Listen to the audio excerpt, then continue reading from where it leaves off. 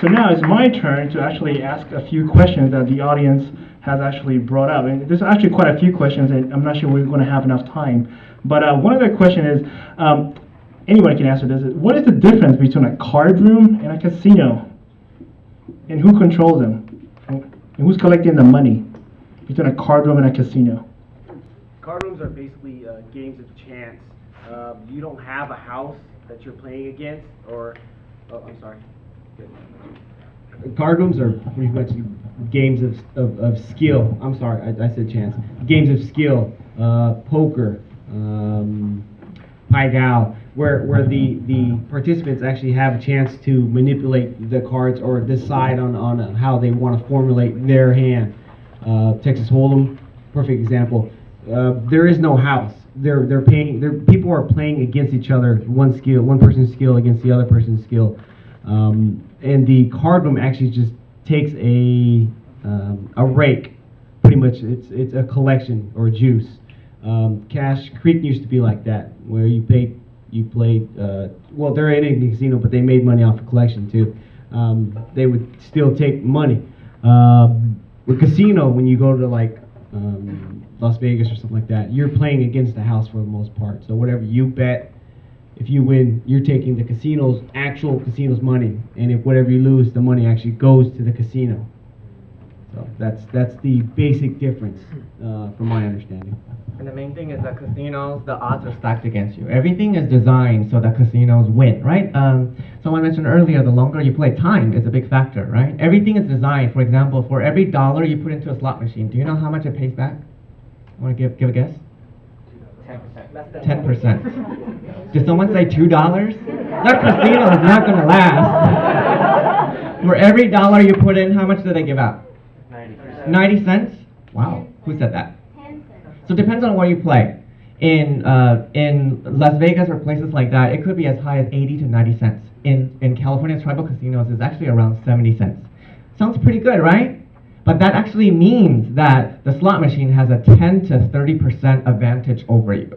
It means that for every dollar, statistically speaking, they'll for sure make at least 10 to 30 cents. If you multiply that by the amount of dollars that's put into the machine, number of players, number of slot machines, it's no wonder that slot machine is the #1 moneymaker. It's actually one of the worst games to play in the casino. It has the worst odds, right? For blackjack, their advantage, casino advantage may be as low as maybe 5%, 3%, right? And you're looking at slot machines that's 10 to 30%. So there is no good bet in a casino. There are better bets, but there are no good bets, right? That's why casinos, how can they pay for all those things? Where does it come from? People who lose, right? Losers. The people who spend, and most people lose. So the key is you win, count your blessings, stop, and enjoy and watch other people lose. Okay? You can also see it as you're donating to the larger good of others. Another question, maybe the researchers can actually take a crack at this one. A lot of individuals come at different generation, different waves, and are there any differences between generations, like first generations versus second generations? And if there is, should we even address the parents, like, you're gambling or me going to certain schools, is that really also a gamble? So any differences between the generational folks who may have issues with gambling?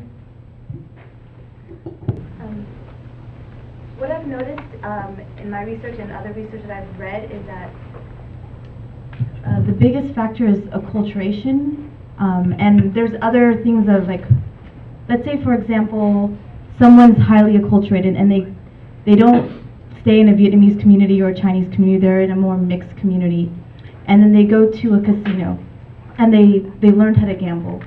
Well, the great thing about communities, our communities are also structured to help with prevention messages, or they help to, like, hey, it seems like you're going to the casino a lot, and kind of like a red flag.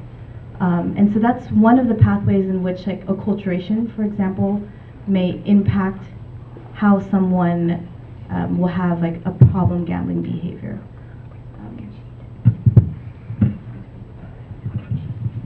It's on. Okay.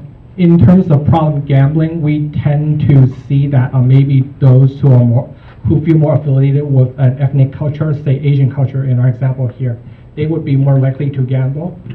You may this kind of gives you a message that maybe if they're more affiliated with, say, American culture, they'd be less likely to gamble. But you also have to be aware of that of the other culture, American culture, they also have cultural normative behaviors like related to, say, drinking. We see that the tendency is white Americans are more likely to drink, more likely to develop drinking problems. So culture is a very, very nuanced, and we're trying to still figure out how to get at it. But which culture the person is more affiliated with, it's likely that they would be more involved in behaviors and problems related to that culture's more normative behaviors. Yeah, so. Acculturation. That's what we're looking at. Acculturation and enculturation, and that's probably what's different between, we're looking at different substance abuse, and more acculturated Asian Americans are to Western culture. They're drinking more, and when they're enculturated, we're hypothesizing that they're engaging in gambling more. But what is it about being enculturated? And that's what we're looking at now. So it sounds like the longer one is here, then they can adapt more Western values. But if you think about it, people gamble in Asian countries. Why do they see this as a problem, and do they even have treatment protocols for them in, say, Vietnam, borders of Cambodia, Vietnam? There's a lot of casinos being built, Hong Kong, Macau. Why do they see this as a problem? I'd like to. I try to keep up on the news about the homeland, Vietnam. I understand there's casinos that are actually opening up in Da Nang recently, and they mentioned that it would be only for VICU or people who are from Vietnam who've left the country and now coming back to as a tourist, or foreigners.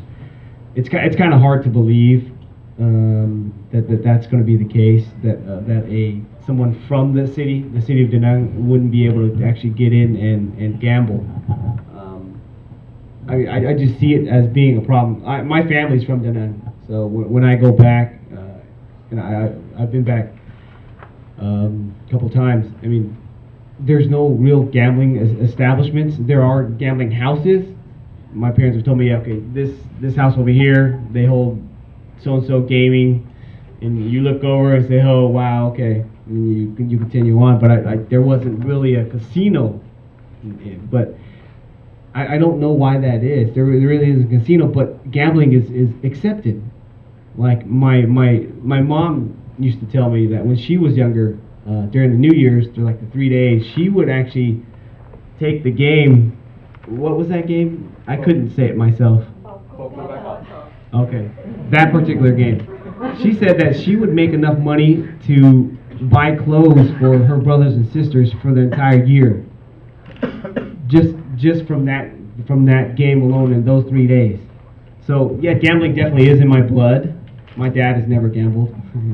He hasn't, but my mom definitely. It's in her blood. That's why I guess she understood when I had a problem, and but it's just accepted. Everywhere you go, it's accepted in Vietnam, from what I understand. But there's really, I don't see a casino. I know that kind of is weird to me personally. Can you? Currently in Vietnam, if someone has a drug addiction like heroin or cocaine, and it's a really bad addiction, they go to a 2-year camp, in a sense, like a counselor camp where they're fed and they're housed there, and they cannot leave the grounds. At this moment, gambling addictions are not part of the individuals. People that have gambling addictions are not part of the individuals that do go to these camps. Really? And so, I'm not familiar with other countries, but at least in Vietnam, this is how the government treats gambling addictions. It's not part of the other addictions. Because it's so accepted. Yeah. So it's quite accepted culturally. Another question that came out was like, hey, what's you really good at gambling as well? 20% of the top 100 folks, professional gamblers, are Asian. So what's wrong with being a professional gambler? Does that mean that they have a problem, or that you guys are just unlucky and they are really, really good? Because Asians are good at math, right? So. I don't mind. You want to take a crack at that? So the reality is It's there's- also that on other days.